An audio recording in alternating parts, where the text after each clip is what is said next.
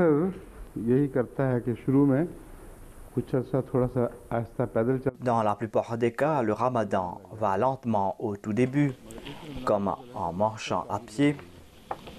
Ensuite, le ramadan commence à courir et pour s'envoler. Et ce ramadan-ci est passé à une vitesse étonnante. Est-ce que vous avez ressenti la même chose que moi ou est-ce moi seul qui ressens cela? वो बहुत तेजी से C'est quelque chose d'étonnant. ये मुहावरा हमारे Il y a un dicton dans la langue punjabi qui décrit cette situation. उसका तर्जुमा मैंने किया ना गाड़ी पे चढ़ना मैं कहा पंजाबी में मुहावरा है जो ये माने रखते हैं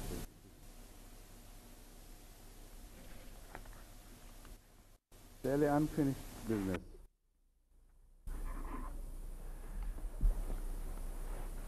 एक ये रब्बा से एक हमारे आलिम हैं जो माहिर हैं माशाल्लाह ग्रामर के बहुत De Rabwa, nous avons un de nos érudits qui est un expert de la grammaire.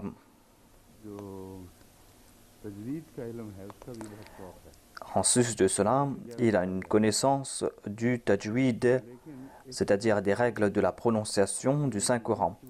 Il a fait de grandes études à ce sujet. ये फरमाया था कि तजवीद Mais auparavant, il m'avait présenté ses points de vue concernant le tajwid. वगैरह ये सारी चीज़ें Et il m'a dit que les signes du tajwid, parmi lesquels il y a le mime, waqfa et tout cela concerne les règles du tajwid. तजवीद है या नहीं मगर Tajwid signifie bien réciter le Saint-Coran, bien prononcer le Saint-Coran. Je ne sais pas si cette connaissance concerne la tajwid, à savoir comment s'arrêter, où s'arrêter lorsqu'on récite le Saint-Coran. इस इल्म का नाम क्या है Monsieur Momin sait cela peut-être. जो वसी इल्म है Comment est-ce qu'on appelle cette branche de la connaissance? Il y a tout d'abord Tajwid, qui est une connaissance très vaste et qui concerne aussi la qira'a, ou la prononciation. और एक है क़िराअत Tajwid signifie comment prononcer les lettres arabes. की बात यह है कि कहाँ वक्त Ensuite, il y a la qira'a. Je pense que les principes dépendent du tajwid. Ensuite, il y a aussi ces règles, comment s'arrêter, où s'arrêter lorsqu'on récite le Saint-Coran. Est-ce que cela concerne la qira'a ou le tajwid? कौन सी जगह ठहरना है कौन सी जगह नहीं कहाँ जल्दी En tout cas, nous n'allons pas débattre à ce sujet. Il y a donc cette branche de la connaissance qui concerne où s'arrêter lorsqu'on récite le Saint-Coran. ये रसूल आहिर सल्लल्लाहु अलैहि Et j'ai dit à cette personne que vous pensez erronément que बल्कि ces principes du tajwid ont été mis en place par le saint prophète sallallahu alayhi wa sallam. Il n'en est pas ainsi. पुराने अरब Je lui ai expliqué que सऊदी अरब के अब से हुए vous croyez que ces règles ont été mises en place par le saint prophète. Je lui ai montré des exemplaires du Saint-Coran publiés auparavant, publiés en Arabie Saoudite. En Asie, après les versets, il y a les lettres la, la, में नहीं है et on récite les versets les uns après les autres d'un seul souffle. मगर वो एक On ne voit pas ces mêmes lettres dans le Coran publié en Arabie Saoudite. Et je lui ai cité d'autres exemples. Voilà donc ses pensées à lui. Mais il insiste à ce sujet. Des fois, la connaissance fait naître une certaine raideur. On doit éviter cette raideur. La connaissance est une bonne chose, mais on doit éviter cette raideur. मगर मुझ पर यही तासुर है Les propos qu'il a présentés concernent cette raideur, qu'Allah nous en pardonne. Mais voilà ce que je comprends à ce sujet. हालांकि ओरेया पढ़ना चाहिए Il a déclaré que माँ वोरेया vous avez récité Wuriya पढ़ना चाहिए alors qu'on doit prononcer cela Uriya. Ma Wuriya, on devait prononcer Uriya. Je ne sais pas d'où il a trouvé cela. Le verbe est wara yuwari.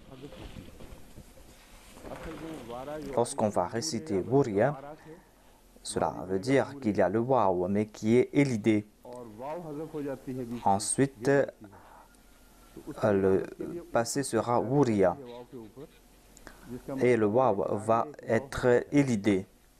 Et c'est pour cette raison qu'on place un dhamma inversé sur la waw. चुनाचे मैंने फिर इनके कहने पर Et cela ne veut pas dire qu'on doit prononcer cela Uriya. Ainsi, j'ai étudié 3 exemplaires du Saint-Coran publiés dans les pays arabes. Partout, il y avait la dhamma sur les waw. Mais on avait placé un petit dhamma pour nous faire comprendre qu'on ne doit pas citer cette lettre. La prononciation est Uriya, mais on ne doit pas prononcer la lettre waw. Donc ce n'est pas la peine de faire de longs débats à ce sujet. Selon moi, Uriya est exact et je vais le réciter tel quel. La racine est Uriya, c'est ainsi que je vais réciter Uriya. Cela ne change pas le sens et on n'a pas de preuve contre cela. Les ulémas qui sont ici, lorsque je leur ai parlé, il y a M. Momin qui est là, et ils ont accepté ce fait, à savoir que l'on doit prononcer cela comme Uriya et pas Uriya. Puisqu'il y a des différences d'opinion à ce sujet, c'est pour cette raison que je ne vais pas donner le nom de cette personne.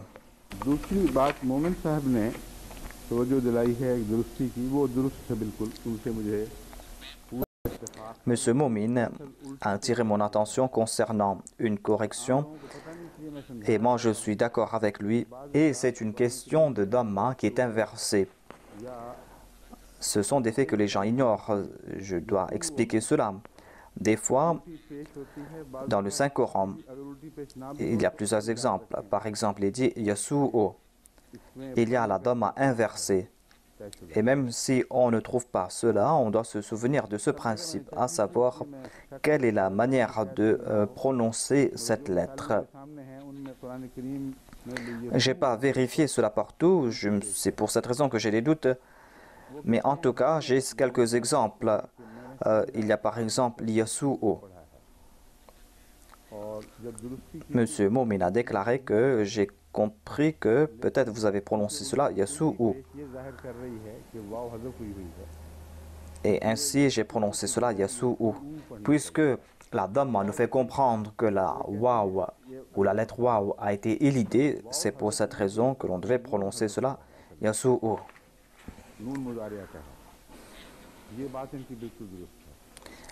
Il a dit que c'est la lettre Noun qui a été élidée. Lorsque je suis retourné, je me suis souvenu de ce point. Je ne me suis pas souvenu de la règle. Pourquoi est-ce qu'il y a la lettre Dhamma? Et autant inaccompli dans la langue arabe, à la lettre Noun tombe et est l'idée.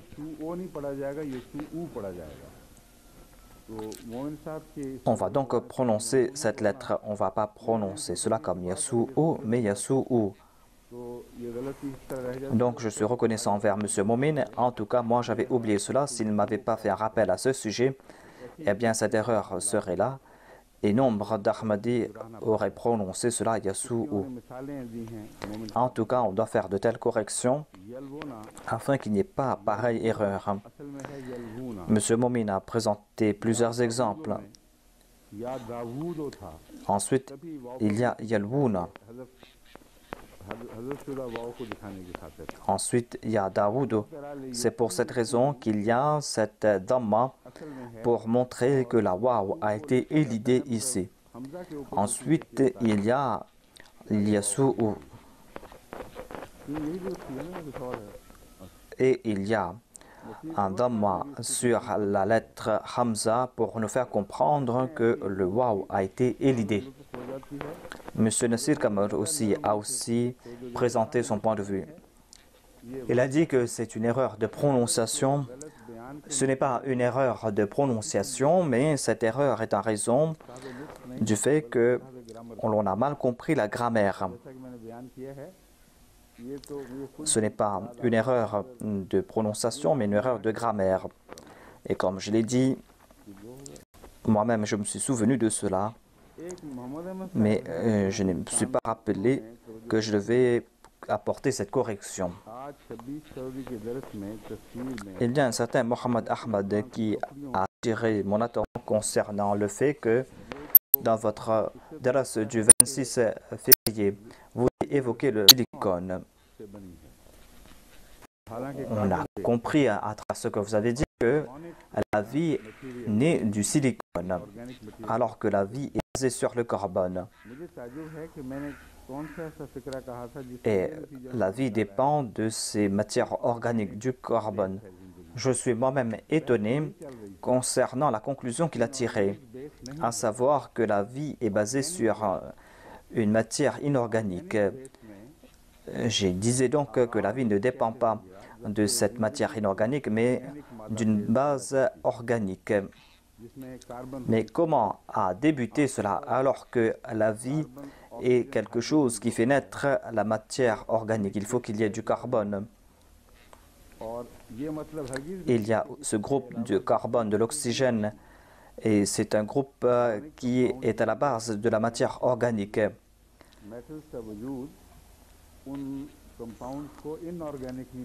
Dans les matières carboniques, il peut y avoir certains métaux, mais cela ne transforme pas cette matière en une matière inorganique. Ainsi, dans chaque globule rouge, il y a une molécule de fer.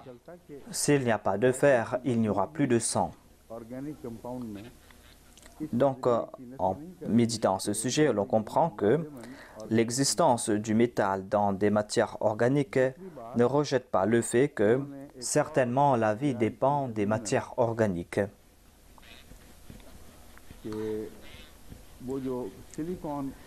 Il a évoqué un autre point qui concerne le silicone. Je veux tout simplement expliquer qu'il doit faire davantage de recherches à ce sujet. C'est un scientifique et il doit faire des recherches à ce sujet, car c'est un point très important, à savoir comment a débuté la vie et comment ces matières organiques sont venues en existence. Aucun scientifique musulman n'a eu l'occasion de faire des recherches, mais il y a un scientifique russe qui a fait le travail fondamental à ce sujet. Et il a publié un ouvrage à ce sujet que j'ai lu. La traduction anglaise de cet ouvrage a été faite en 1938. J'ai lu cette traduction. J'ai lu cela avec grand intérêt, car il a présenté ce sujet de manière facile à comprendre. Ensuite, en dépit d'être un athée, il a présenté des preuves contre l'effet du hasard. Dans son livre « L'origine de la vie », il a dit qu'il est impossible que cela s'est fait par accident, que ces progrès ont été faits par accident et qu'on arrive à ce stade où on arrive à voir les briques de la vie, comme l'ADN. Son livre a créé un remous dans le monde scientifique. Et après cela, en Occident, les gens ont été intéressés par ce sujet. Mais certains disent que c'est un certain Holding qui, en 1929, a publié un article à ce sujet et qu'il a publié cela en 1929.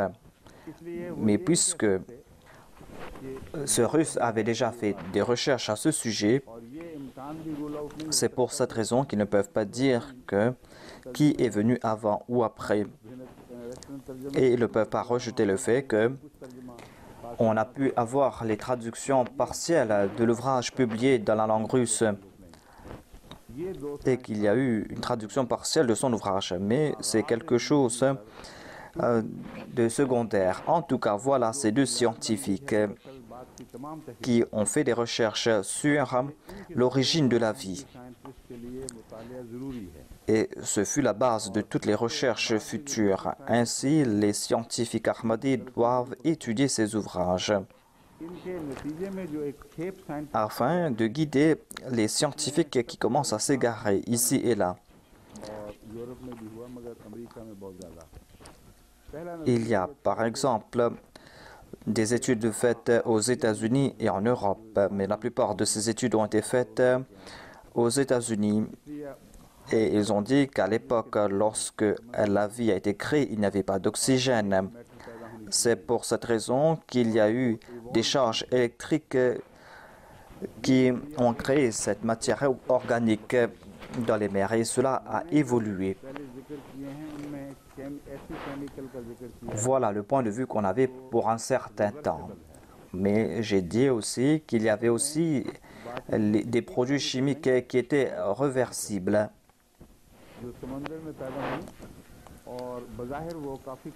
Il y a plusieurs matières chimiques qui étaient présentes dans les eaux et qui étaient très compliquées. Mais il y a ce premier scientifique des États-Unis qui a prouvé que cette matière organique peut retourner. Et cela prouve aussi qu'en résultat de ces charges électriques, on a pu créer cette matière organique dans les mers et ces matières compliquées ou complexes ont été influencées par l'eau et sont retournées à leur état premier. Ainsi, ces matières ont été diluées au lieu de devenir plus compliquées.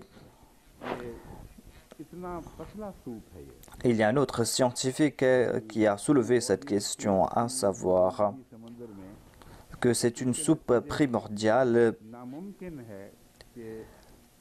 c'est-à-dire qu'en résultat de cette soupe primordiale, il est impossible qu'il y ait pu y avoir ces réactions complexes et que cela ait pu faire évoluer cette soupe primordiale pour faire naître la vie en fin de compte. Et personne n'a rejeté son argument.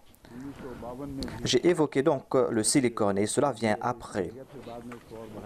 Certains scientifiques en 1952 ont présenté ce point de vue et ils ont déclaré aussi que certainement cela est basé sur le silicone et qu'on a dû concentrer ce silicone afin que ces produits puissent progresser. En fait, c'est une matière organique.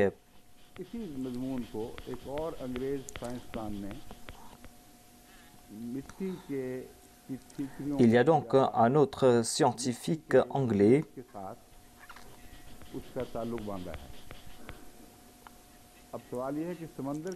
qui a fait des études sur de l'argile et qui a lié cela avec l'argile. On peut se demander maintenant comment est-ce qu'il y a pu y avoir cette argile dans l'eau et comment le silicone avait pu être présent, car pour cela, il devait y avoir de l'absorption.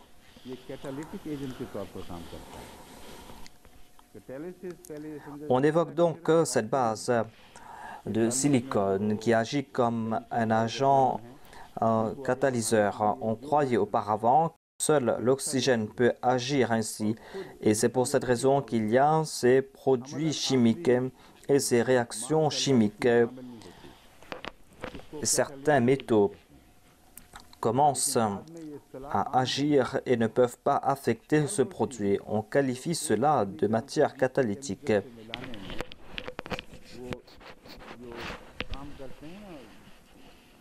Tout produit qui agit entre deux produits chimiques et qui fait réagir ces deux produits chimiques et qui établit cette relation entre ces deux produits chimiques. Dieu a créé de tels métaux qui agissent ainsi, qui ont cette propriété, c'est-à-dire que de lier deux matières.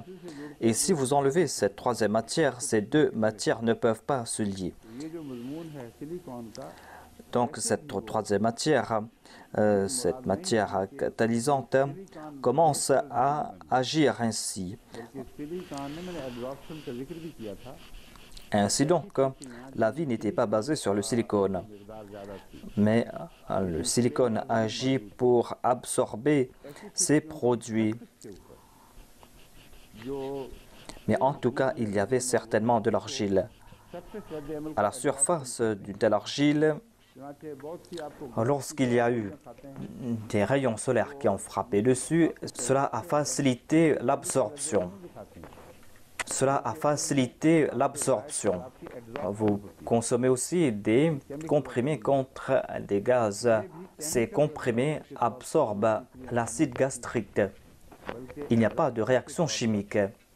Dans ce cas, cette argile n'agit pas comme un produit chimique, mais absorbe certains produits et agissent comme des produits catalysants et apportent des changements. Voilà donc un débat général. Mais je n'ai pas trouvé la référence qu'il a évoquée. Nous sommes en train de faire des recherches à ce sujet. Et on a publié un article dans un journal, à savoir que il y a le silicone qui agit comme de l'argile.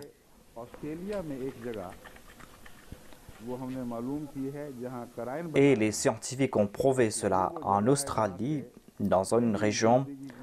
On a fait des recherches et on a trouvé là-bas les traces de l'existence de la vie.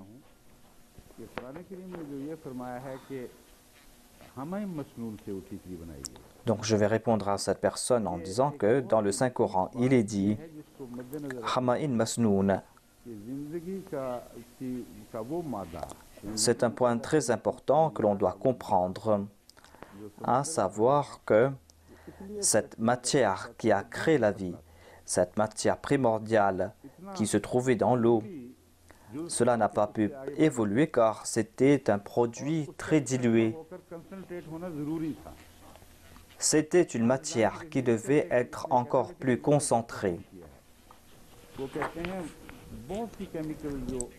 Les scientifiques ne disent pas que cela agit uniquement comme un agent catalysant, mais qu'il y a eu d'autres produits chimiques qui étaient présents et qui ont été influencés par l'électricité. Lorsque ces produits sont sortis, eh bien, ils ont eu l'occasion de se concentrer.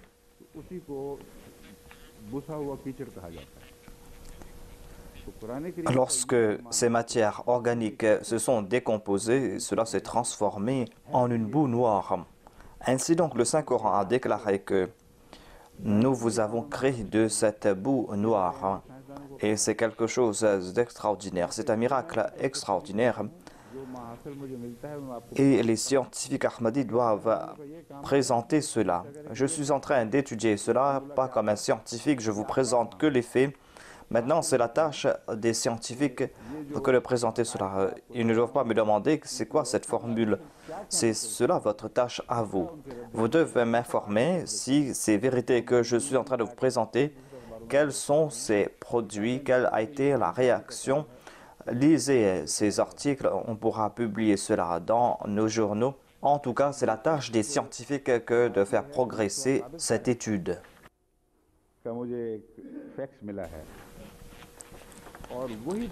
Monsieur Mustafa Sabit a envoyé un fax hier.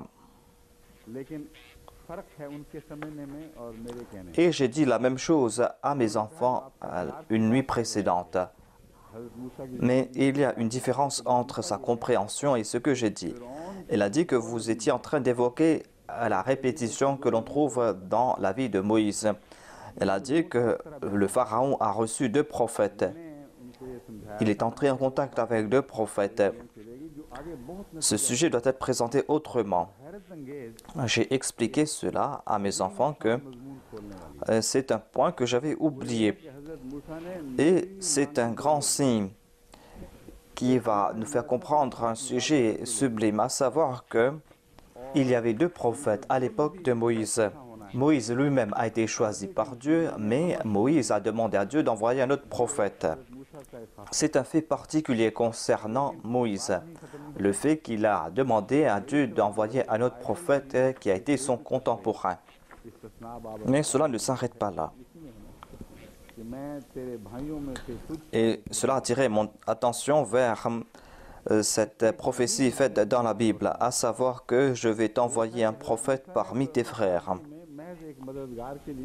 Et j'ai compris un sujet important, à savoir que Hazrat Moussa alayhi salam, dans sa simplicité, a tout simplement demandé à Dieu de lui envoyer une aide qui fut temporaire. Mais quand Dieu a accepté sa prière, il lui a donné quelque chose d'extraordinaire. Il a dit que je vais t'offrir ton frère, mais on va voir l'exaucement de ta prière après. Il y aura un très grand prophète parmi tes frères, et c'était le saint prophète Mohammed Mustafa sallallahu alayhi wa sallam. Ainsi, il y a cette question de répétition. C'est un sujet très profond et ce n'est pas un fait subtil que Dieu voulait nous faire comprendre. C'est un sujet profond qui a pris la forme de ce point subtil.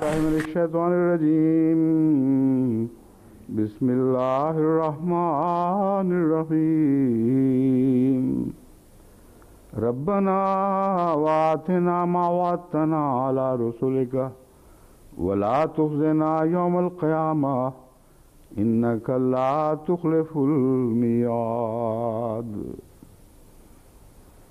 ऐ हमारे रब और हमें दे जो तूने वादा फरमाया अपने रसूलों के हाथों। Ô notre Seigneur, accorde-nous ce que tu nous as promis à travers tes prophètes. C'est-à-dire ces promesses que tu nous as faites à propos de nous à travers tes prophètes. La promesse a été faite à nous. Par qui ces promesses ont été faites? À travers des prophètes. C'est-à-dire les prophètes passés ont reçu ce message de ta part pour nous. Fasse que cette promesse s'accomplisse. Voilà la prière qui a été faite. Sinon, au jour de la résurrection, nous serons humiliés. Innaka la tukhlifu al-mi'ad, certainement, tu accomplis tes promesses. Certains exégètes ont soulevé quelques questions sur le style qui a été utilisé et j'ai déjà présenté des réponses à ce sujet. Tout d'abord, il y a ce sujet de tukhlifu al-mi'ad.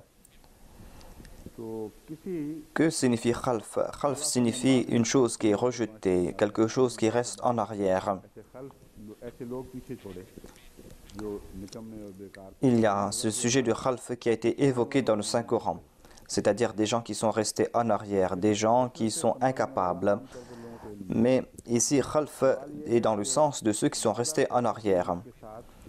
C'est un mot qui a été utilisé souvent, c'est un mot qui est dans l'usage.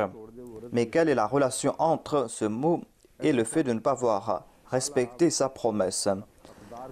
Une personne qui ne tient pas sa promesse est rejetée. Une telle personne n'est pas considérée comme une personne noble.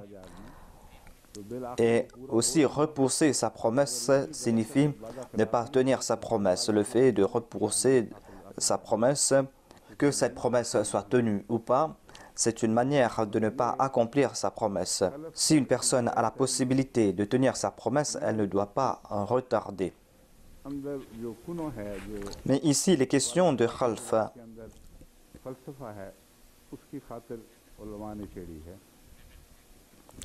Il y a donc cette philosophie qui est derrière ce terme et les exégètes ont présenté ce point.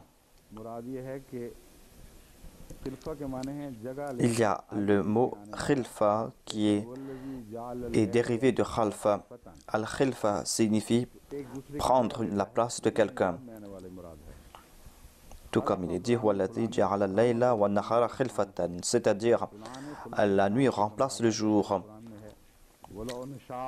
Khalafa fulanun fulanan, c'est-à-dire que quelqu'un a repris les tâches de quelqu'un, tout comme il est dit dans le Saint-Coran,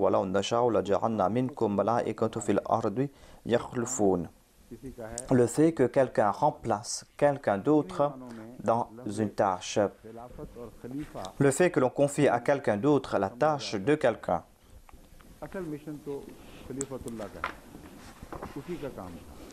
On peut comprendre ainsi le sens des termes khilafat et de khalifa. La mission a été confiée au khalifatullah. Celui qui va faire perdurer sa mission après lui est considéré comme khalifa. Wal khulfu al mukhalifatu fil wa'di. Yaqalu wa'adani fakhlafani ay khalafa fil mi'ad. C'est-à-dire ne pas tenir sa promesse. Le fait de ne pas tenir sa promesse et de repousser la promesse. Ces sens ont été présentés par le dictionnaire Mufradat. Ne pas tenir sa promesse dans le délai que l'on a promis signifie ne pas tenir sa promesse du tout. Repousser sa promesse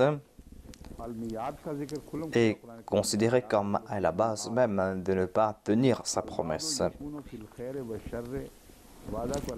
Al-Mirad a été évoqué dans le Saint-Coran. Il est dit « La tukhliful mirad ». Le terme « wa'ada » a été utilisé positivement et négativement. Wa'id signifie uniquement quelque chose qui va apporter des pertes, c'est-à-dire le fait que l'on menace quelqu'un, le fait que l'on avertit quelqu'un, le fait que l'on avertit concernant ses châtiments, le fait qu'il sera châtié s'il n'accomplit pas une tâche. On considère cela comme wa'id. Ainsi, wa'id s'applique à ces situations, mais wa'da s'applique à ces deux situations. Il y a de bonnes promesses et il y a aussi les promesses concernant les mauvaises nouvelles. Tawadara signifie que les gens ont pris un engagement mutuel.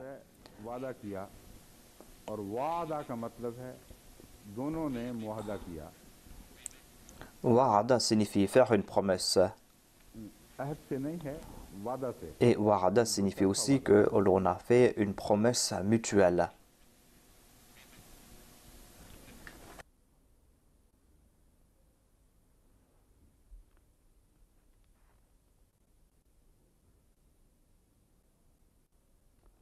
इस मेयाद के मानों में हज़रत इमाम राग़िब फरमाते हैं क़ाल अल्लाह फ़जल बैनना व बैनका मौइदन। L'imam Raghib a déclaré قال الله فاجعل بيننا وبينك موعدا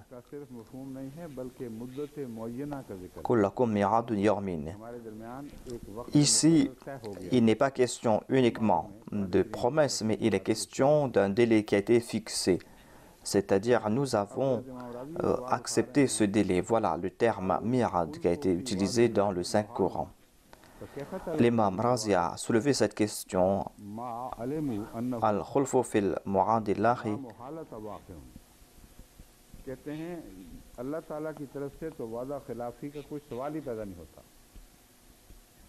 Il dit que certainement Allah tient toujours ses promesses. Alors pourquoi est-ce qu'il nous a enseigné la prière? C'est-à-dire, oh Allah, tiens ta promesse. Quand le croyant prie, il sait très bien que Dieu va tenir sa promesse. Mais pourquoi est-ce qu'il a fait une telle prière? Et il nous a présenté quelques points. La prière, selon lui, signifie pas accomplir une action, mais cela prouve le fait que l'on adore Dieu. Cela prouve aussi que l'on est humble.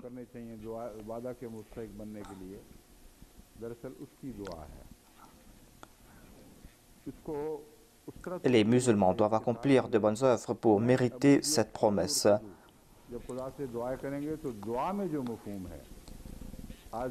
Il a lié cela avec la bourdia et avec l'humilité. Quand on va prier, on va faire preuve d'humilité et cela va créer une grande humilité dans le cœur du croyant. Cela va générer en lui la crainte de Dieu. Ainsi, cette prière est là pour le protéger des erreurs et pour qu'il soit purifié. Voilà le point de vue de l'imam Razi. Et il a déclaré aussi que Dieu ne traite pas la Ummah en tant qu'individu, mais traite les croyants et les muttaqis. Et il a châtié les pécheurs quand il dit que Atena ma wa'atana signifie que accorde-nous l'occasion d'accomplir ces bonnes œuvres. C'est-à-dire donne-nous l'occasion d'accomplir ces actions grâce auxquelles nous allons mériter tes promesses. C'est pour cette raison que ce sujet est que l'on doit recevoir des faveurs de la part de Dieu et se protéger des péchés. Ici, il n'est pas dit que l'on doit accomplir ses promesses. Dieu a promis qu'il va châtier les ennemis et va accorder son aide aux croyants. Et les croyants doivent prier pour que cette prière soit exaucée rapidement. और कोई इस मज़मून पे काबिल ज़िक्र बात है तो बताता हूँ। S'il y a d'autres sujets qui méritent attention, je vais en faire mention. रब्बाना जो लफ्ज़ है ये अपनी ज़ात में ही एक मुकम्मल दुआ Ensuite, है। on a discuté sur le terme Rabbana. बुजुर्गों ने ये भी लिखा हुआ है कि अगर 5 दफ़ा खाली रब्बाना कह दो Rabbana en soi est une prière complète. Et certains saints ont déclaré si on récite Rabbana 5 fois, eh bien cela va enlever toute difficulté. जवाब देते हैं तो दुआ ये करते हैं En tout cas, Rabbana est une prière complète. Quand on dit Sami Allahu liman hamida, on dit Rabbana wa lakal hamd. है हमारे रब तेरी ही ली ही सारी हमद है। Pourquoi est-ce qu'il y a la lettre Waw au milieu? S'il n'y avait pas la Waw, cela aurait été dit que लेकिन वाव ने Oh Allah, toutes les louanges sont à toi. इसकी असल वजह Mais la lettre Waw a fait une différence entre Rabbana et Walakal Hamd. बचपन की बात है जब मैं स्कूल में पढ़ता था एक दो हज़रत मियां Rabbana est une prière complète en soi. से मैंने ये सवाल किया था। Quand j'étais enfant, मुझे समझ नहीं आती un jour, Hadrat Mir Bashir Ahmad Saheb m'a répondu à ce sujet. Je lui ai dit que je récite cette prière, mais je ne sais pas pourquoi est-ce qu'il y a la lettre Waw au milieu. ए हमारे रब Et il m'a fait comprendre ce point, c'est-à-dire que Rabbana est une prière complète. वाले के लिए जल्वा लगेगा Lorsqu'on dit « Oh notre Rab », रहमत बरसाने लगता Rab en soi est présent et nous présente l'attribut de la rahma, de la miséricorde de Dieu.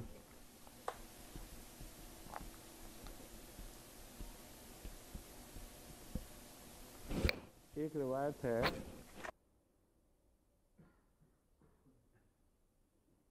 जिसमें ये जिक्र है ना कि इन आयात की तिलावत रसूल सल्लल्लाहु अलैहि वसल्लम फरमाते थे तो कहते हैं हसन कहते थे कि वो रसूल अकरम सल्लल्लाहु अलैहि वसल्लम एक दफ़ा On trouve un récit dans lequel on dit que le saint prophète récitait ses prières. Il y avait Hassan qui a dit qu'une fois le prophète se contentait de répéter le terme ou le mot Rabbana.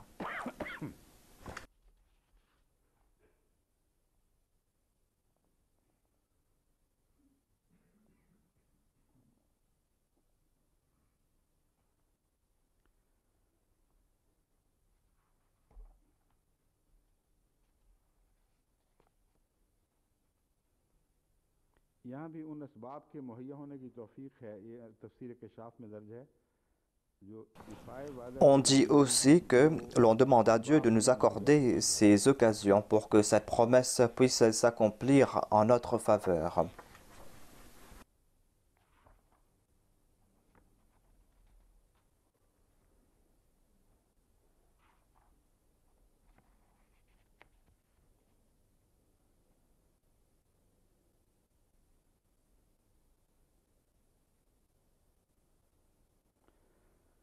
दूसरे हज़रत मुस्लिम मऊद ने भी नोट्स में ये लिखा है कि दूसरी शिक जो निकलती थी उसकी तरदीद इन्ना का ला तुखलिफुल मियाद ने कर दी Hadrat Muslim Maud, dans ses notes, a écrit que इन वादों के मुस्तहिक ठहरें il y a donc dans ce verset qu'on a dit La tukhliful mi'ad, c'est-à-dire on prie pour que ces promesses s'accomplissent en sa faveur.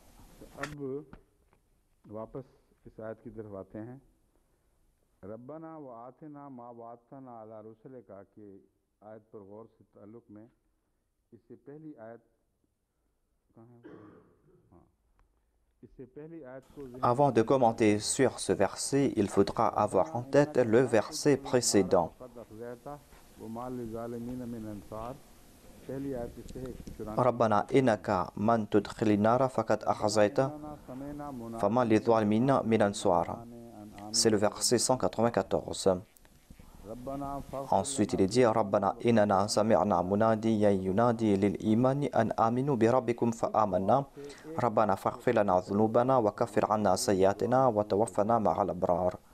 जो लोग ये दुआ मांग रहे हैं वो L'on comprend un point à la lumière de cette prière, à savoir que si cette prière a été exaucée, साथ वफात हो गई eh bien, ces personnes vont mourir parmi les abrar. वादों के पूरा करने का जिक्र है Puisque ces personnes meurent en compagnie des abrar, pourquoi sont-elles soucieuses? Pourquoi sont-elles soucieuses concernant les promesses? Voilà la question qui est soulevée ici. En fait, ces promesses concernent la victoire de l'islam et le progrès de l'islam. Et les awalines, certes, s'ils sont décédés en étant vertueux, ils ne seront pas consolés tant qu'ils n'ont pas cette certitude qu'après eux, les autres vont accomplir ces tâches et vont remporter la victoire en étant musulmans. Et ils ne désirent pas que ces derniers faiblissent. En fait, ces prières sont pour ceux qui vont les succéder. Ainsi donc, le verset est « Huwallazi arsala rasulahu bil huda wa dinil haqqi liyudhhirahu ala ad-dini kullih walaw kariha al-mushrikoun » C'est un verset de la sourate Saf. Dans la sourate Fatah, on trouve ce même sujet. Il est dit « Wa kafa billahi shahida » et Allah suffit comme témoin.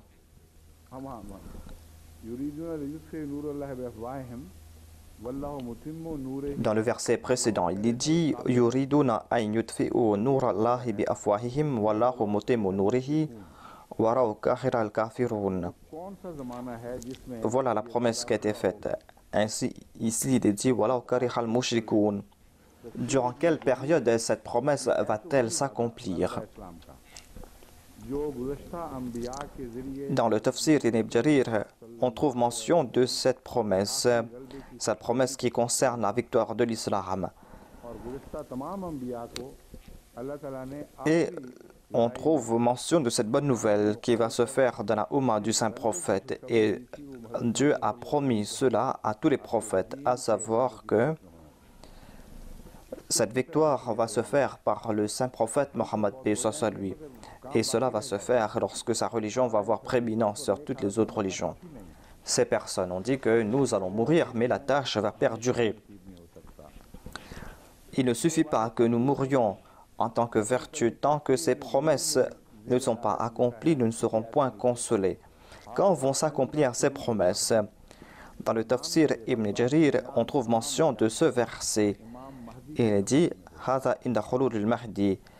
Cette victoire de l'islam sur toutes les autres religions va se faire à l'époque du Mahdi.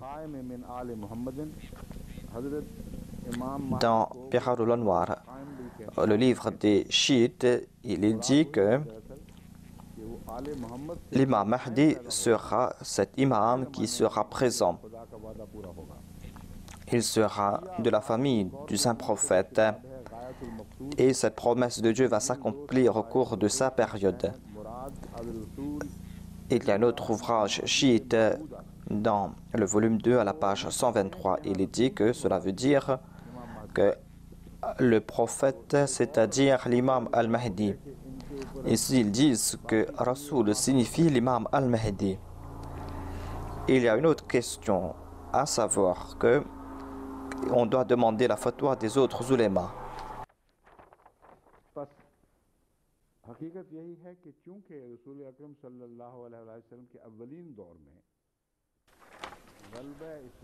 La vérité est que, puisque au cours de la première période du saint prophète Mohammed Mustafa sallallahu alayhi wa sallam, la victoire de l'islam ne s'est pas passée tout comme cela a été promis, ainsi qu'on ait ses références ou pas, le témoignage de Dieu est là et certainement cette promesse va s'accomplir.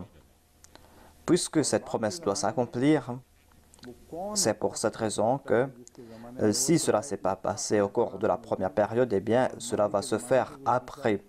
Mais qui pourra accomplir cette tâche à part le fait que Isa alayhi salam ou l'imam al-Mahdi? Car après le saint prophète, il y a cette période ténébreuse et l'islam a progressé pour s'arrêter quelque part. Ensuite, les musulmans sont tombés dans le déclin. Voilà la période du Fajr Awaj.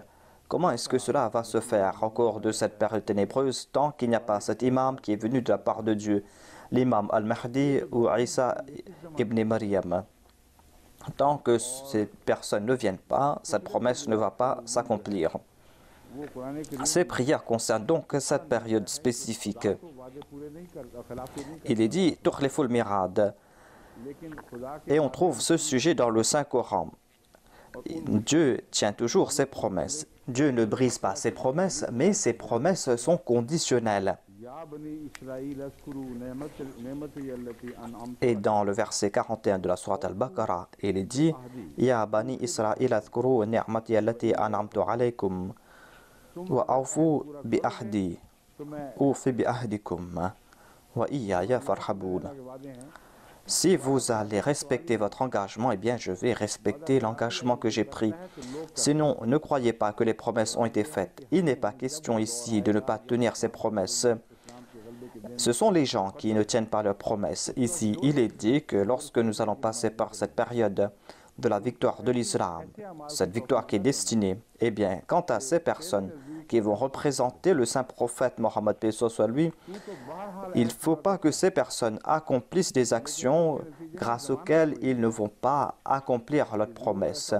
Certainement, toi, tu tiens tes promesses, mais il n'y a pas de garantie à savoir que cela va se faire, car tu n'as pas fait de telles promesses envers ceux qui ne tiennent pas leurs promesses. Tes faveurs ne seront pas accordées à ces personnes. C'est ainsi que l'on comprend ce sujet. Rabbana atina ma wa'atana ala rusulka wa la tukhzina yawm al-qiyamah. C'est-à-dire, nous allons mourir en tant que vertueux, mais il faut que les autres aussi suivent cette voie. Toutes ces personnes vertueuses sont nées à l'époque du saint prophète, mais la promesse concerne la période antérieure. Les générations qui les ont succédées ont été négligentes et cette promesse en faveur de l'islam ne s'est pas accomplie.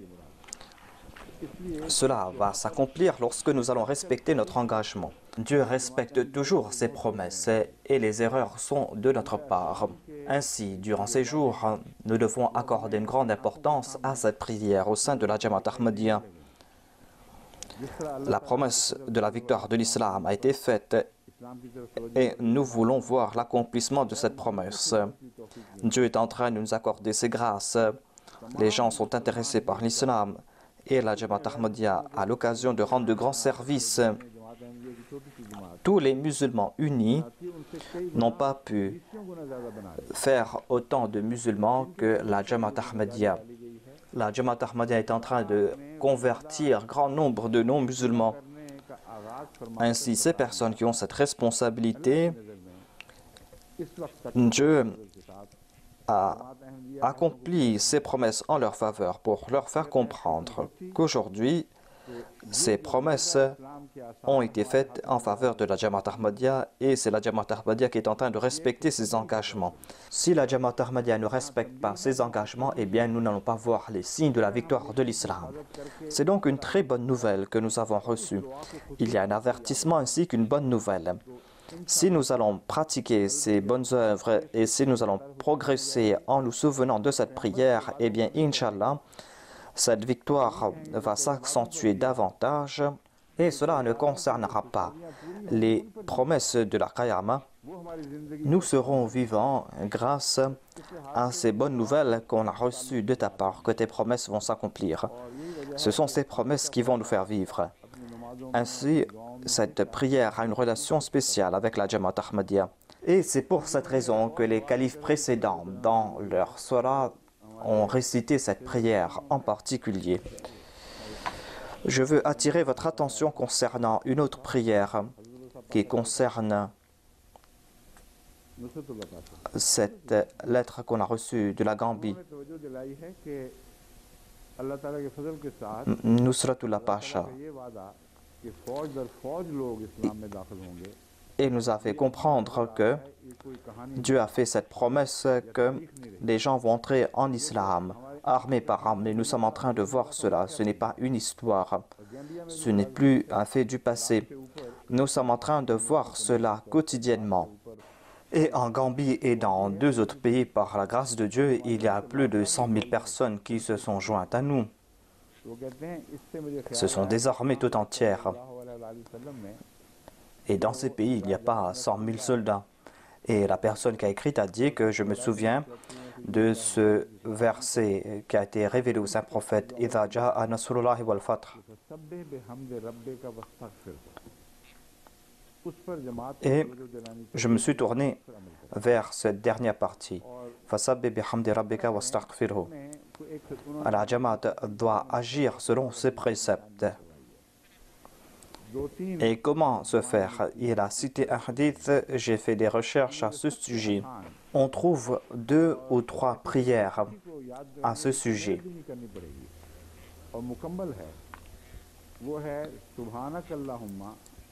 Et la prière qui est très facile et qui est complète est Subhanakallahumma Rabbana wa bihamdika. On récite Subhanakallahumma wa bihamdika. Donc cela débute avec le début de la salat. Donc c'est une prière très facile. Le saint prophète Mohammed, paix soit sur lui, récitait cette prière lorsqu'il se courbait, lors des génuflexions et lorsqu'il se prosternait. Pourquoi cela? Pourquoi est-ce qu'on a choisi les rukus, les génuflexions et les prosternations? Et on comprend que ces hadiths sont authentiques car c'est dans ces 2 endroits où il est question de Subhan. On récite Subhana Rabbiyal Azim, Subhana Rabbiyal Azim, Subhana Rabbiyal Azim. Et dans les prosternations, on récite Subhana Rabbiyal A'la. Donc, le saint prophète a lié cette question de Subhan dans ces 2 lieux. Voilà ce qu'on fait au cours de chaque rakat de prière. Donc, au premier rakat, on récite Subhan. Et ici, on récite Astaghfirullah Rabbi. Subhanakallahumma Rabbana wa bihamdika. Astaghfirullah Rabbi. Oui, Allahumma ghfirli au lieu d'Astaghfirullah. Dans le hadith cité par Bukhari, on trouve Astaghfirullah Rabbi ou à la place d'Astaghfirullah Rabbi, Allahumma ghfirli. Subhanakallahumma Rabbana wa bihamdika. Allahumma ghfirli. Oh mon Seigneur, pardonne-moi. On doit se souvenir de cette prière. Réciter cette prière au cours des rukus, au cours des sajdas. Ensuite, il est question de la Tukhliful Mi'ad. Et cette période va se rapprocher davantage de nous, Inch'Allah.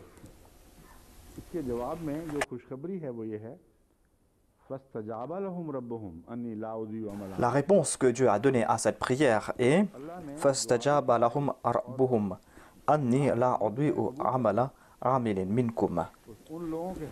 Dieu leur a enseigné cette prière et leur a informé à ce sujet en disant que j'ai exaucé votre prière. Ainsi, cette prière a été exaucée en faveur de ces personnes. Mais ces prières ont été exaucées parce que ces personnes ont suivi ces préceptes et ont accompli leur devoir. C'est un sujet très intéressant. Et cela veut dire que on ne doit pas croire que cette promesse va s'appliquer à ceux qui vont venir après uniquement. Cette promesse va s'accomplir en faveur de ces personnes. Et ensuite, il est dit par la suite que après cela, l'islam va remporter la victoire. Mais c'est une promesse qui a été faite au cours de la première période. Et cette première période ne sera pas vide. Ensuite, Allah a déclaré Fastajaba. Ainsi, il a guidé ceux qui ont succédé à ces premiers musulmans. Il est dit que cette promesse a été accomplie en faveur du saint prophète et de ses suivants. Ainsi, toutes ces bonnes nouvelles qui concernent cette première période, cela va se faire grâce à l'exaucement de la prière. Certainement, ces personnes ne seront point embarrassées dans l'au-delà. On nous a expliqué pourquoi est-ce que Dieu a accompli cette promesse en leur faveur. Les explications ont été données par la suite. Que ce soit des hommes ou des femmes, en tout cas Dieu a décrété que leurs actions ne seront pas vaines. Certainement, ces personnes ont accompli de bonnes œuvres et c'est pour cette raison que ces prières ont été exaucées. Ensuite, il est dit « Bardakum min barda »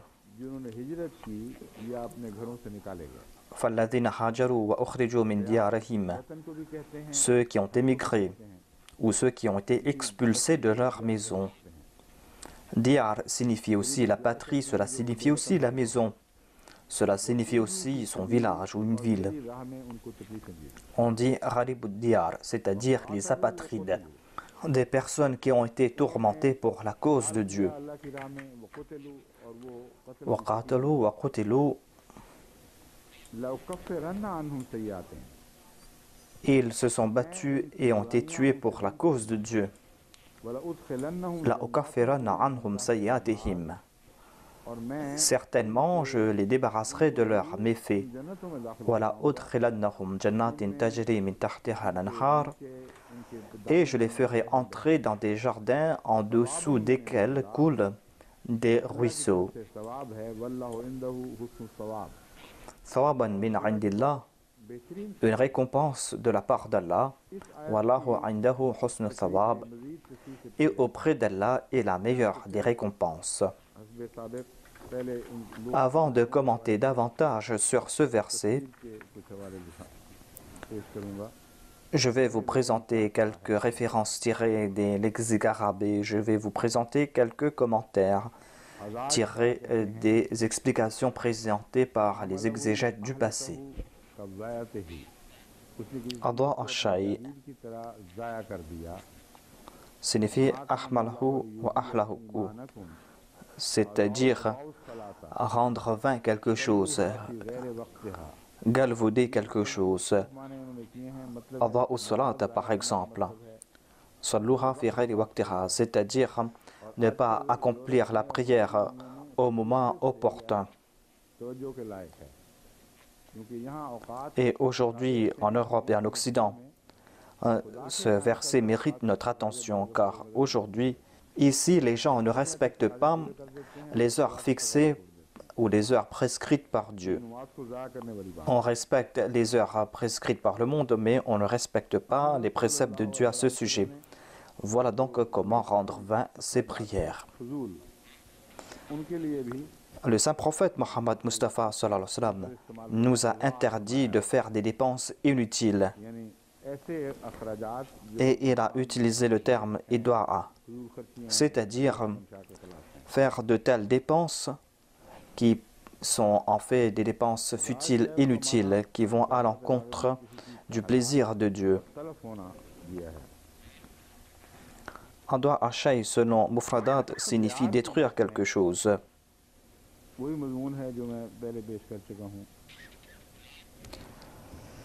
On a expliqué le terme diyar et cela a été présenté par moi auparavant.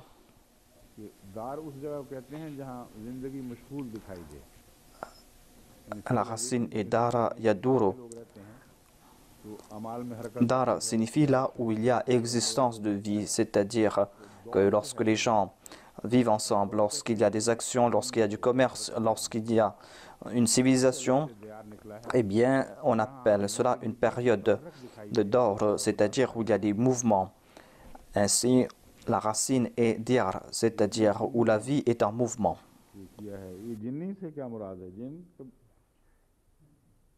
आजकल एक जिन्नी का लफ्ज़ पाकिस्तान में बड़ा पॉपुलर हुआ है सिपाही साहबा में पता है वो उस किस्म का लफ्ज़ तो नहीं है इसलिए पूछ रहा हूँ जिन्नी को लिखा हुआ है जिन्नी को वो एक मौलवी साहब हैं सिपाही साहबा के लीडर उनका Il y avait un mullah des Sipa Sahaba, de ces défendeurs des compagnons du saint prophète qui désirait toujours insulter les imams des Ahl Bayt d'une manière ou d'une autre.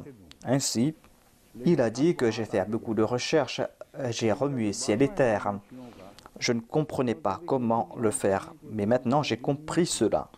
On dit que la mère du 12e imam des chiites était une djinn. Et certainement, si l'on insulte le fils d'un djinn, on sera récompensé. Ce sont des faits absurdes, si absurdes que cela nous fait dresser les cheveux sur la tête. Et j'ai reçu la cassette de cette personne. Cette personne a insulté à tel point cet imam, alors que c'est là une histoire farfelue. Il a dit que puisque c'est le fils d'un djinn, eh bien certainement on va devoir l'insulter.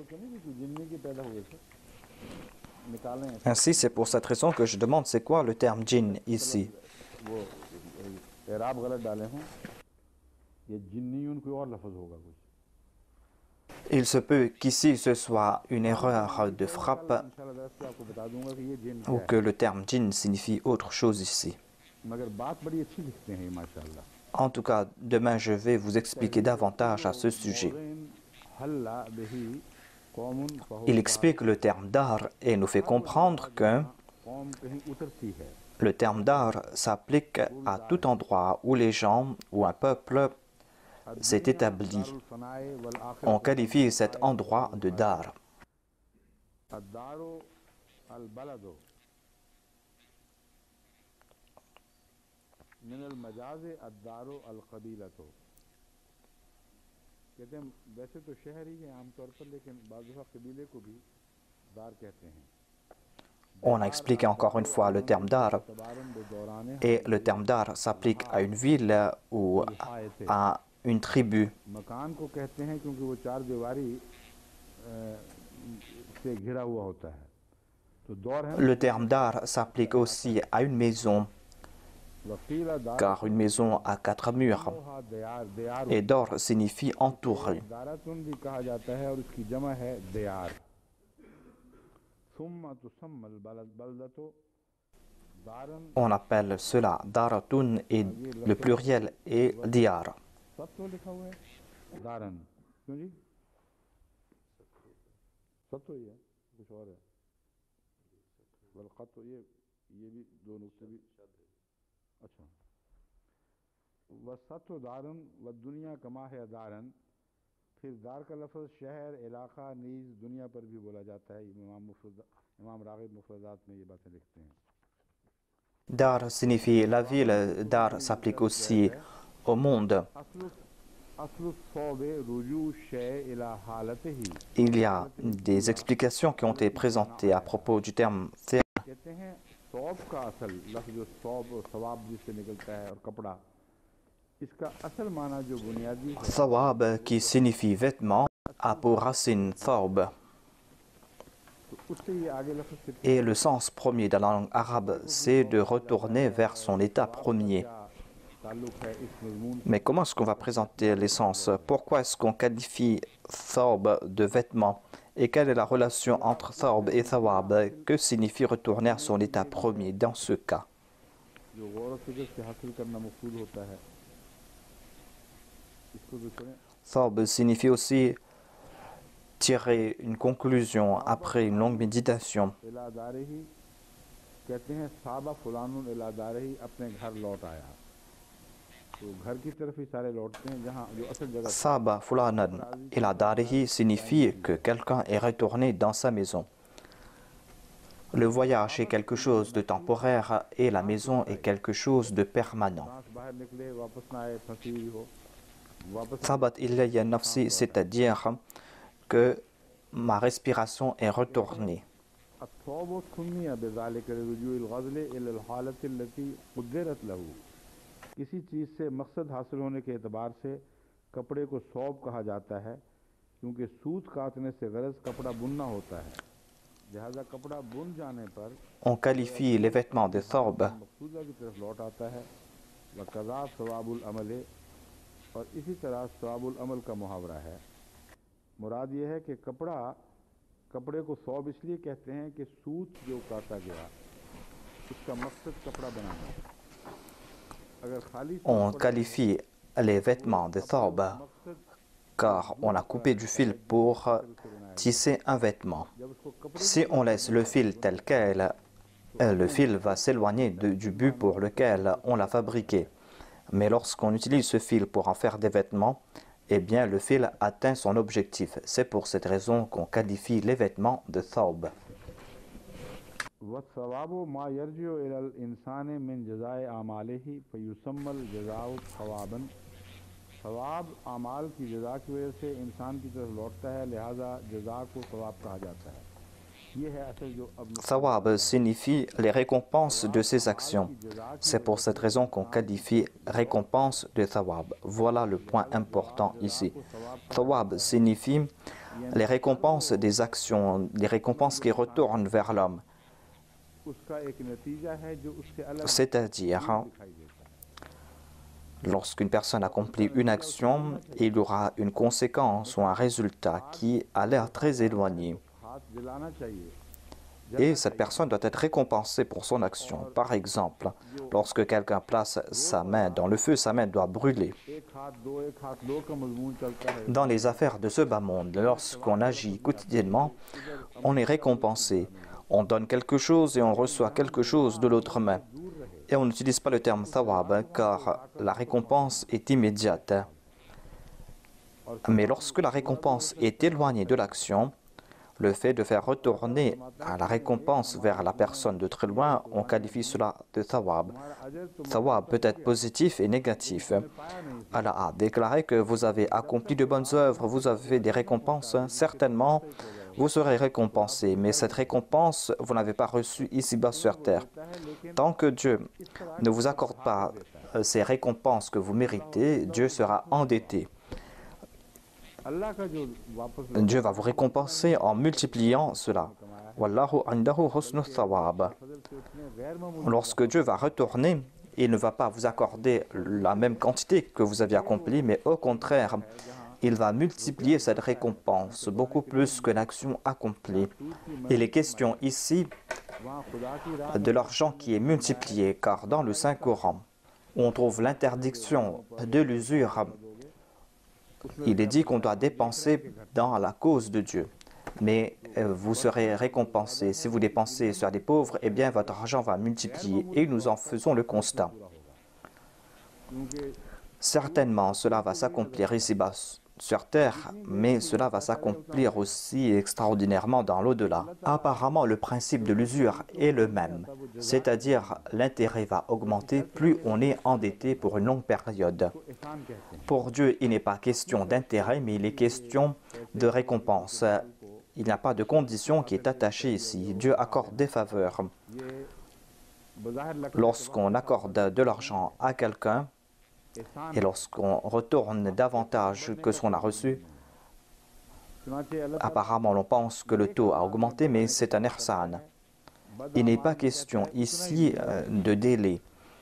Ainsi, Dieu a déclaré qu'il va multiplier les bonnes actions, mais il a dit qu'il va châtier une mauvaise action pour l'action qui a été commise. Ainsi, l'on comprend que le temps n'a pas la possibilité d'augmenter la récompense ou pour diminuer quelque chose. Lorsque Dieu traite quelqu'un avec justice, lorsqu'il traite avec miséricorde, eh bien, il ne châtie pas une personne au-delà de la faute commise. Mais lorsqu'il accorde des faveurs, eh bien, il multiplie les récompenses qu'il accorde à la personne. Voilà le sens de thawab. Il dit que voilà ton droit et cela doit retourner vers toi.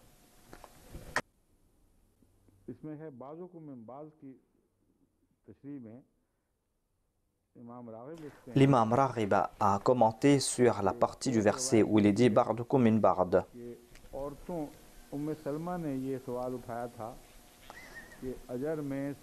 Selon un récit, il y a Salma qui a posé cette question que on trouve mention des récompenses pour des hommes et pas pour les femmes.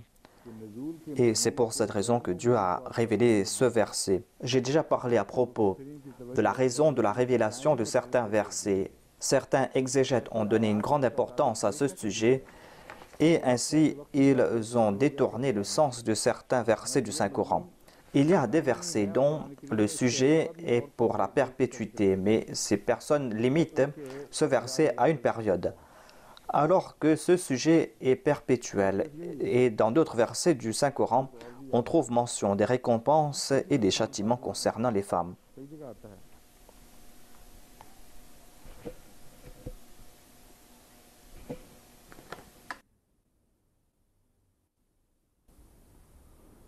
कोई लगता है याद कर रहे हैं मुझे, यहाँ पट्ठा फटक रहे हैं यहाँ से। हमारे मुहावरा नहीं, वैसे नहीं मैं कह रहा, कहते हैं अगर कोई पट्ठा फटकने लग जाए तो कोई याद कर रहा होता है। लेकिन ये जो रमज़ान के है ना औकात के इस्तेमाल, उनके नतीजे में बाज़ असाब थोड़ा सा बेकरारी का इजहार करते हैं।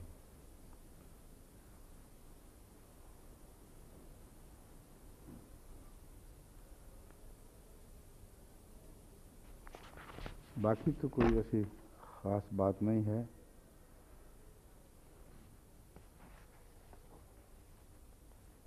ये बात इमाम राजी ने भी लिखी है, जो मैं भी समझाना चाहता हूँ कि ये वो अमाल हैं जिनके साथ खुदा के वादे के पूरा होने की शर्त। L'imam Razi a présenté un point que je voulais expliquer, c'est-à-dire ces promesses de Dieu sont conditionnelles. एक दूसरे को एक इलाके को छोड़कर दूसरी जगह जाना, एक आदत को छोड़कर किसी और आदत की तरफ जाना, ये सब हिजरत कहलाता है। Hajaru signifie émigrer, quitter un endroit ou abandonner une habitude. Tout cela est qualifié d'émigration ou de hijra.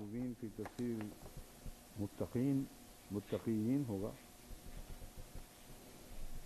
जो भी है, इसमें लिखा ये है कि फल्लज़ीन हाजरू व उखरिजू में हसब ज़ैल अफराद मुराद। Dans un commentaire présenté par des chiites concernant le verset Falladhina hajaru wa ukhriju, on ne mentionne que quelques personnes uniquement, और एक हज़रत अबू ज़र गफ़ारी, parmi lesquelles il y a Hadrat Amirul Muminin alayhi salam, Hadrat Salman Farsi, Hadrat Abu Zar Ghaffari. इस्लाम का ख़त्म हुआ, वादे पूरे हो। Et Udu fi sabilillah signifie Ammar bin Yasir, selon eux. Voilà, ici s'arrête toute l'histoire de l'islam. Cette promesse s'est accomplie ici selon les chiites.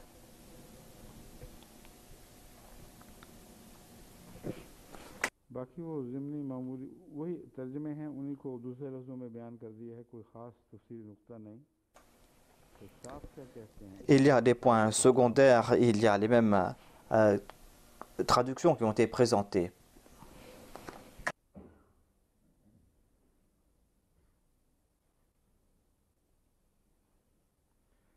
कहते हैं इसमें सुस्त अफराद जो सवाब के मुतमन्नी रहते हैं, उनको तंबीह है कि अगर ये On a averti des paresseux qui ne veulent pas accomplir des œuvres mais qui veulent avoir des récompenses.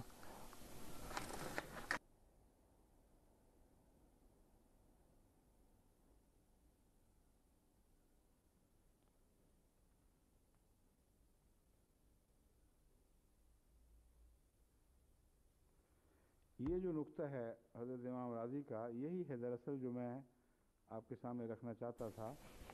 और हज़रत इमाम राज़ी इस पर Il y a un point présenté par l'imam Razi que je voulais vous présenter. लौकफ़िरन्ना अन्हुम सय्यआतिहिम, Et l'imam Razi a déjà commenté à ce sujet auparavant. पहले गुज़र चुकी है, Il est dit La ukaffiranna anhum sayyi'atihim. कफ़िर अन्ना सय्यआतिहिम। Et cela est un rappel concernant la prière précédente. Faghfir lana dhunubana wa kaffir anna sayyi'atina. C'est un point très important qu'on doit comprendre. Je vais expliquer cela davantage après.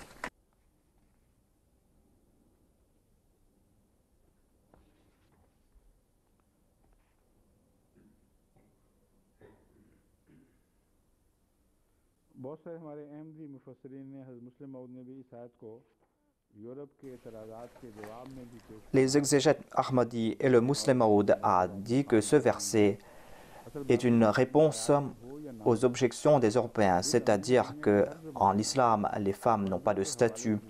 En fait, que cela soit mentionné dans ces versets ou pas, dans toutes les langues du monde, lorsqu'on évoque les hommes, on veut dire le genre humain. शुरू हुआ है कि मर्दों के नाम से जब तुम Et ce n'est pas la peine de faire les distinctions entre les sexes. Cette tendance a débuté maintenant, c'est-à-dire de faire des distinctions entre les hommes et les femmes. Sinon, on va déshonorer ces dernières. Au lieu de dire chairman, on doit dire chairperson pour qu'on inclue les deux sexes.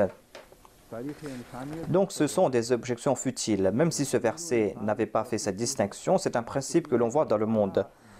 Et l'histoire de l'humanité en est témoin. C'est-à-dire que और औरत को उसमें शामिल समझा lorsqu'on parle de l'être humain, on ne fait pas de distinction entre les sexes et on présente les hommes et on ne sépare pas les femmes d'entre les hommes. Ainsi, le Saint-Coran expliquait cela.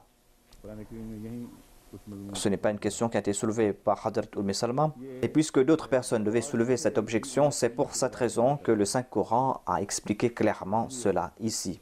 George Sale a aussi cité Salma en disant que c'est pour cette raison que ce verset a été révélé.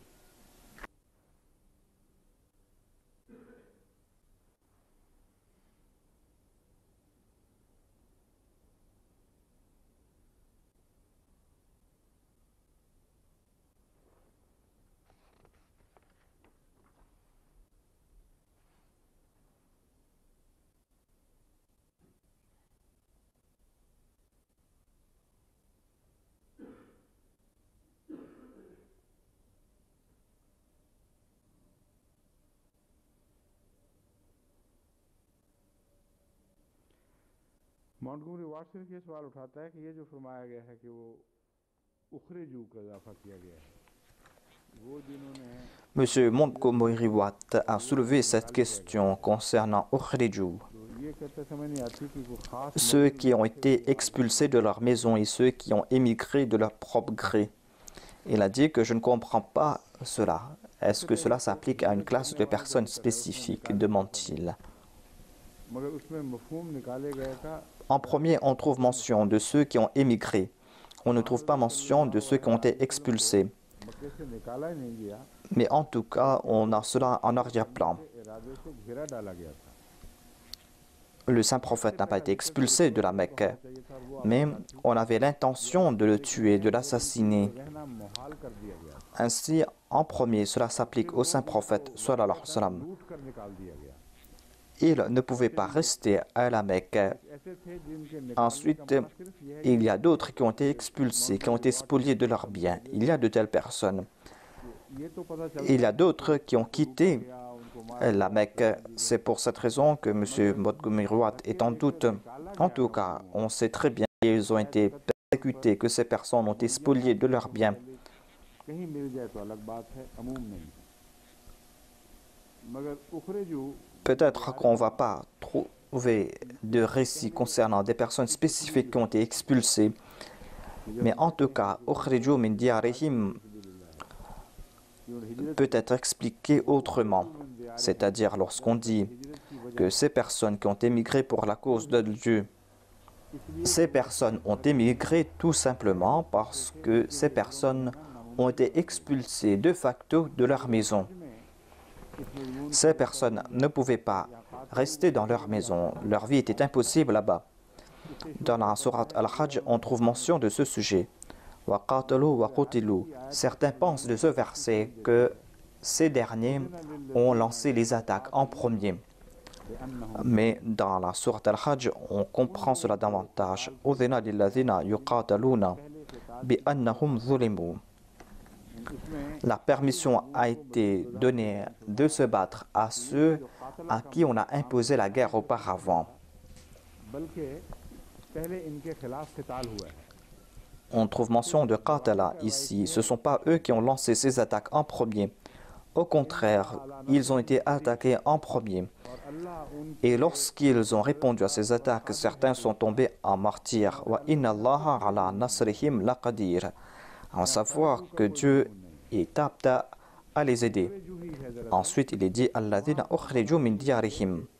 Ici, il n'est pas question du fait qu'ils sont sortis de leur propre chef. Ils ont été expulsés. Et cela voudrait dire que ces personnes qui ont émigré हिजरत पर मजबूर कर ou ces personnes qui ont été expulsées de leur maison, में निकाला गया कि ce sont des personnes qui étaient contraintes d'émigrer. On les a fait sortir de leur maison dans le sens qu'ils ne pouvaient plus habiter dans ces lieux.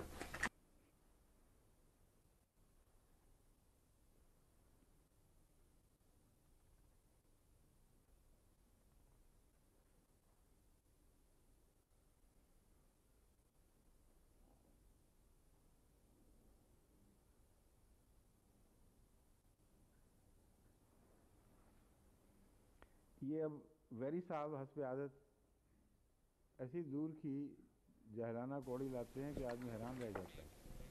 Monsieur Weri, selon ses habitudes, जन्नत में जाएंगे कि देखो ये a présenté des points absurdes qui nous étonnent. देखा हुआ है वहाँ रब ने। On trouve mention du paradis ici. Il a déclaré que cela a été fabriqué de toutes pièces par le saint prophète. Il dit que le saint prophète a vu ce désert, il a vu quelques dattiers, il a vu de l'eau. Monsieur Weri déclare que le saint prophète a vu cela en disant que dans ce paradis il y aura de l'eau, des arbres. Voilà les absurdités qu'il a présentées. Pourquoi est-ce qu'il n'a pas dit que dans le Coran il est dit qu'il y aura des rivières de miel et que l'on aura ce qu'on désire? Les objections qu'il a présentées ne sont pas en accord avec ce que dit le Saint-Coran. शराब से बुरात पानी अगर ले Il y aura aussi de l'eau et du vin. Il y aura aussi le miel qui va couler. दूध बह रहा है, शहद बह रहे हैं, Il y aura aussi du lait qui va couler dans ces rivières. ये और मिम्मा यश्तहून Est-ce que M. Weri a vu cela? ख्वाहिश करो जरूर पूरी हो जाती है। Et il est dit aussi, wa mimma yashtahun, tout ce que vous désirez, vous allez le voir là-bas.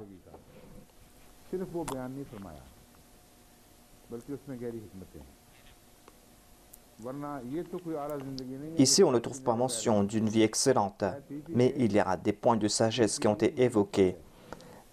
Sinon, avoir des rivières de miel ne suffit rien. Au contraire, si on en consomme, eh bien, on en sera malade.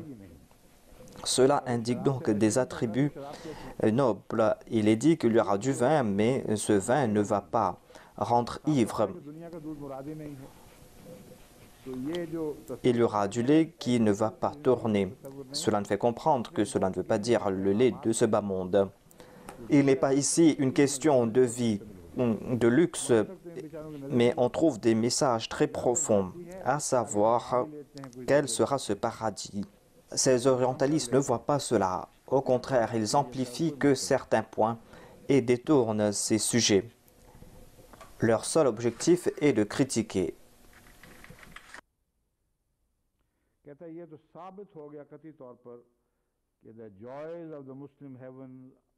Il a déclaré qu'il a été prouvé que les joies des musulmans dans l'au-delà seront charnelles. Le paradis des musulmans ne sera que joie charnelle. Alors que le Saint-Coran a rejeté complètement cela. Le Saint-Coran déclare qu'aucun œil n'a vu le paradis. Personne ne pourra imaginer ce que c'est que le paradis. Et personne ne sait pas comment il sera ressuscité, dans quelle forme il sera ressuscité. Après de telles déclarations aussi claires, si quelqu'un soulève des objections, que pourrons-nous faire davantage?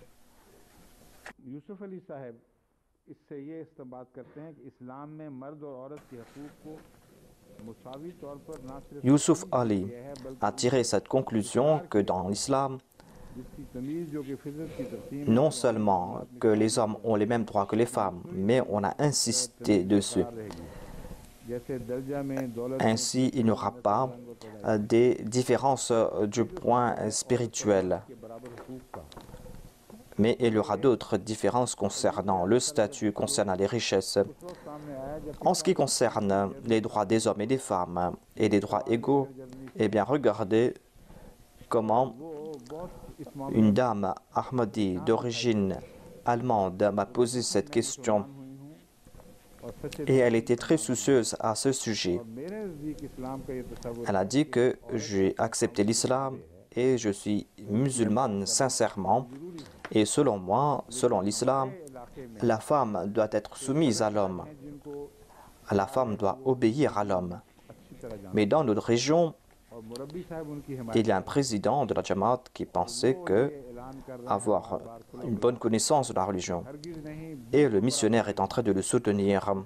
Et il a annoncé à plusieurs reprises qu'il n'en est pas ainsi. Les hommes et les femmes ont le même statut. Ainsi, les hommes et les femmes ont les mêmes droits dans les choses de ce bas monde. Il a dit que cela va créer de l'anarchie. Au lieu que de transformer les maisons en paradis, vous allez tourner le monde sens dessus, alors que l'Europe est déjà empêtrée dans ses difficultés. Et moi, je pensais écrire à la Jamaat de l'Allemagne pour leur expliquer cela, en leur disant que cela n'est pas approprié. Si un président a su cela, eh bien, puisque ces questions concernent le monde entier, il n'a pas le droit de parler à ce sujet en disant que la décision que j'ai prise est la meilleure. C'est une forme d'orgueil, ce n'est pas une forme de connaissance. Cette personne ou ce missionnaire devait informer la Jamaat de l'Allemagne à ce sujet et la Jamaat de l'Allemagne devait certainement m'écrire et me contacter pour ces points. Ensuite, j'aurais institué un comité pour parler à ce sujet. Cela aurait concerné à la Majlis Iftar. Des fois, moi-même, je réponds à ces questions directement. Donc, dans un tout petit endroit, on a créé ces troubles. Et aujourd'hui, Dieu m'a présenté ce verset. Et quand j'ai regardé les notes de Youssouf Ali, j'étais tout étonné.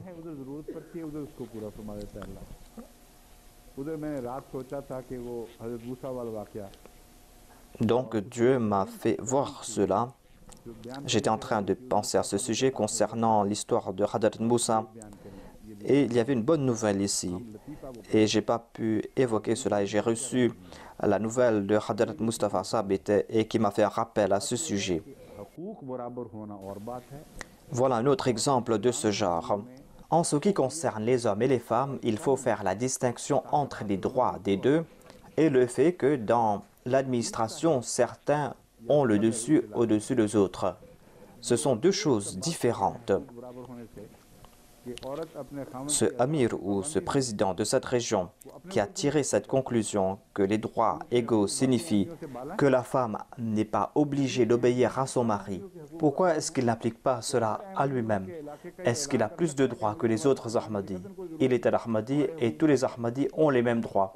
Tout Ahmadi de sa région peut-il annoncer que je n'ai pas le droit de t'obéir et que les droits sont égaux? Si on établit de tels concepts, aucun pays ne pourra tourner.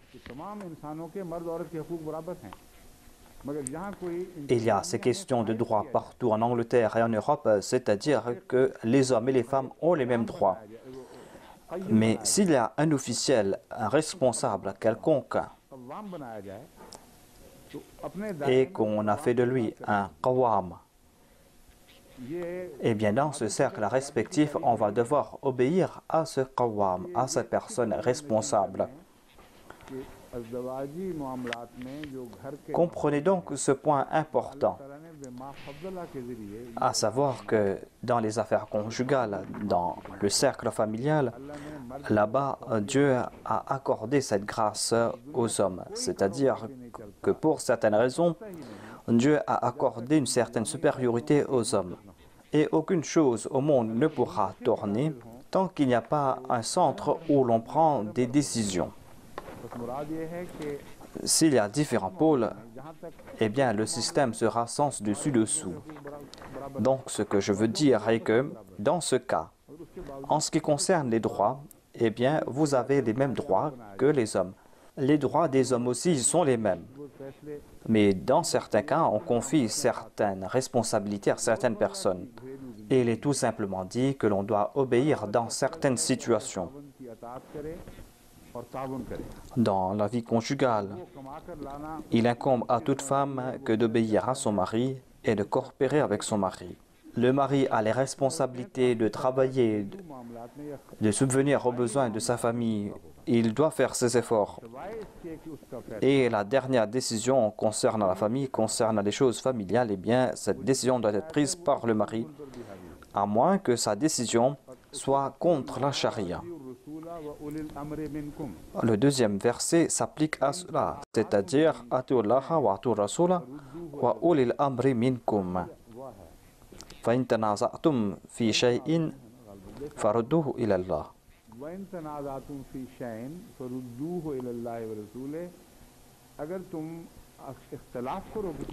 tanaza'tum fi shay'in farudduhu ila Allah wa rasulih. S'il y a des différences d'opinion parmi vous, eh bien tournez-vous vers la décision prise par Allah et par son prophète. Vous ne devez pas sortir de ce cercle. J'ai dit que l'on doit obéir à ceux qui sont responsables, mais on n'a pas le droit de quitter l'ordre de Dieu. Si par exemple un mari insiste que tu dois être indécente, que tu dois partir dans des fêtes, que tu dois agir contre les enseignements de l'islam, eh bien dans ce cas, la femme a cette permission de ne pas obéir à son mari. Cela ne veut pas dire qu'elle doit se rebeller, qu'elle ne doit pas se mettre en colère, mais elle doit se maintenir sur les voies de la foi.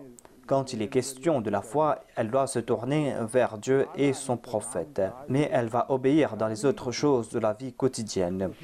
Le troisième point important est que les hauts responsables doivent suivre ce principe, à savoir de faire tourner ce système de manière silencieuse. Et si on a pris une décision à propos de quelqu'un, que cette personne ne ressent pas qu'on a donné un ordre. L'expérience que j'ai eue au cours de ma vie me fait comprendre que si vous adoptez cette méthode, eh bien ce ne sera pas la peine pour vous d'émettre des ordres. C'est pour cette raison que je donne ce message aux hommes, à savoir qu'ils ont fait d'eux des qawwam. Et il n'est pas dit que vous devez utiliser de manière sotte votre prérogative. Si vous vous occupez de vos épouses, tout comme le dit le Saint-Coran, si vous allez suivre l'exemple du Saint-Prophète Mohammed paix soit lui et que vous allez les traiter avec aménité, si vous traitez quotidiennement vos épouses tout comme le Saint-Prophète traitait les siennes, est-ce qu'il était un qawwam ou pas? Il n'était pas un qawwam avec un gourdin, mais il éprouvait un grand amour, il travaillait avec sagesse. Il avait atteint un tel statut que ses épouses ne pouvaient même pas imaginer se rebeller contre le Saint-Prophète. Ainsi, sans émettre des ordres, des fois sur son visage, il y avait un certain mécontentement. On voyait cela dans ses yeux. Et ses épouses ressentaient cela. Et c'était un très grand châtiment pour elles. Ainsi, vous allez devoir suivre le Saint-Coran. L'explication du Saint-Coran, c'est la pratique du Saint-Prophète Mohammed paix soit lui. Et on comprend cette sunna grâce au Saint-Coran, c'est-à-dire qu'il est question d'obéissance. Il n'est pas ici question d'obéir à un tyran. Il n'est pas ici question d'obéir à un dictateur. Puisqu'on s'acquitte de ses devoirs et puisque les droits sont les mêmes, et puisqu'on est en train de traiter avec les autres avec obéissance, eh bien on va certainement l'obéir. Ainsi, il n'est pas dit que vous devez assujettir les femmes en raison du fait que vous êtes des qawwam.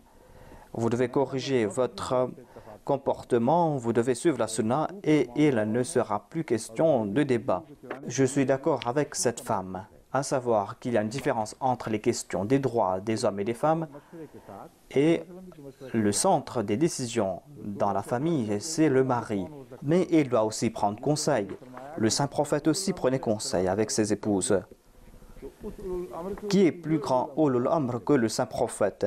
Et il est dit aux femmes que s'il y a des différences d'opinion, eh bien, vous allez devoir vous tourner vers le prophète. Et sa décision est meilleure que toute autre décision. Et le Saint-Prophète Mohammed sallallahu alayhi wa sallam était si gentil envers ses épouses.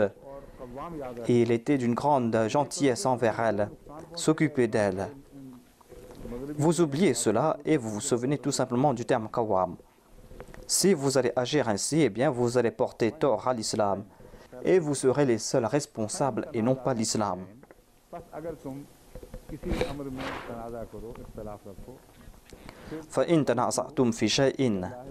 Ainsi, s'il y a des différences parmi vous,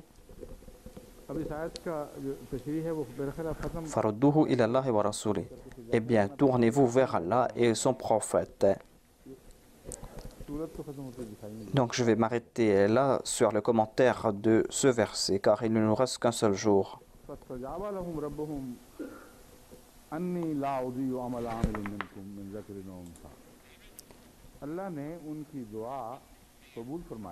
فاستجاب لهم ربهم أني لا أضيع عمل عامل. Allah répondit leur prière. Quelle fut leur prière?